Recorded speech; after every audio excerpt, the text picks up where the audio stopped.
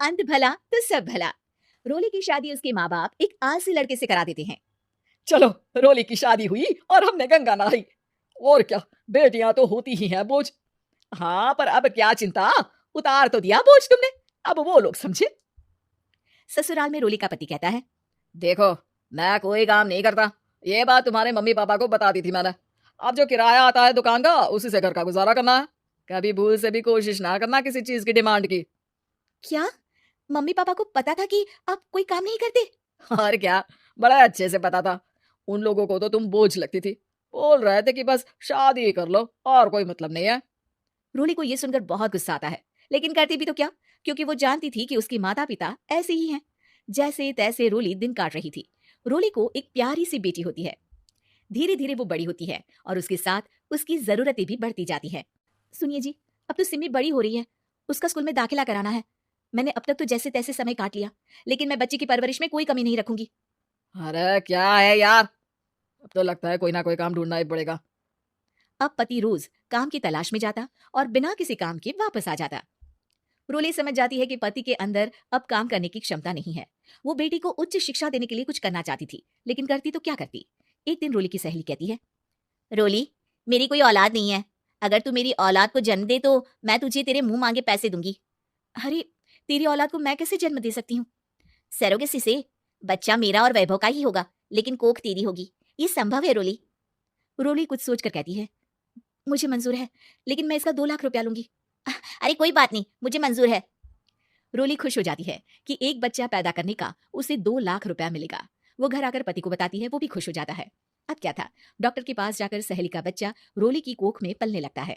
मुझे 20,000 चाहिए मेरे बेटी के एडमिशन के लिए। हाँ हाँ ठीक है, मैं उसके एडमिशन से लेकर सारे खर्चे उसके अकाउंट में डाल रही हूँ। रोली की बेटी का एडमिशन हो जाता है।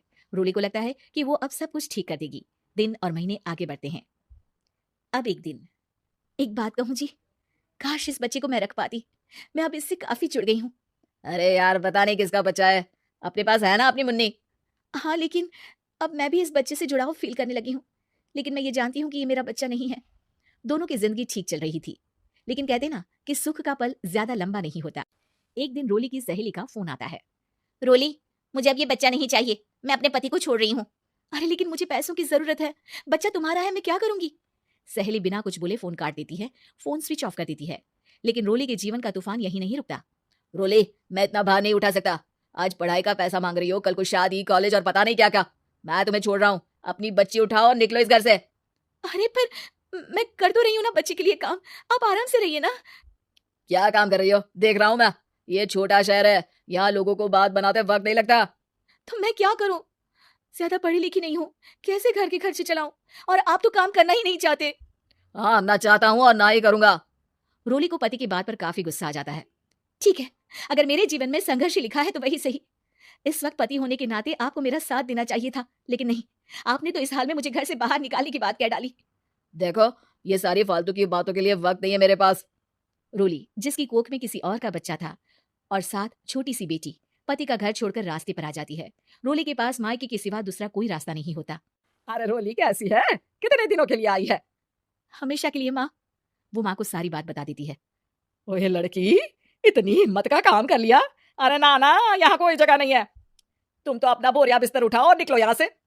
रोली के पास अब मायके का रास्ता भी नहीं बचता। वो चुपचाप बच्ची को लेकर जा रही थी कि उसे दर्द होता है और वो डॉक्टर के पास चली जाती है। और फिर वहां वो एक प्यारे से बेटे को जन्म देती है। कितना प्यारा है, कितने अभागे हैं इसके माँ बाप जो इसके पैदा होने पर भी नहीं है। तभी वहां डॉक्टर आ जाती है। रोली, बच्चे के पिता तुमसे मिलना चाहते हैं। आपका बहुत बहुत शुक्रिया। मैं इस बच्चे को पालूंगा, भले ही इसकी माँ ने इसे छोड़ दिया हो, पर मैं अपनी जिम्मेदारी निभाऊंगा।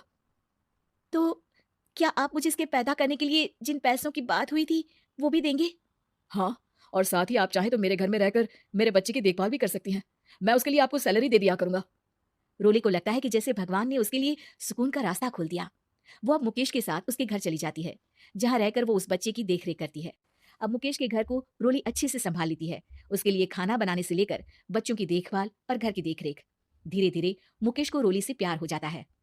रोली, तुम्हारी बेटी और मेरा बेटा बिल्कुल भाई बहन की तरह साथ रहते हैं। हाँ, आखिर है तो एक ही कोख के बच्चे, अटैचमेंट तो होगा ही ना। रोली, तुमने घर और मुझे दोनों को संभाल लिया। ये तो मेरा काम है, आपने भी तो मुझे छत दी। जिससे मैं अपनी बेटी की पढ़ाई और भविष्य के लिए पैसे जोड़ सकूं। अब रोली, क्या तुम मुझसे शादी करोगी?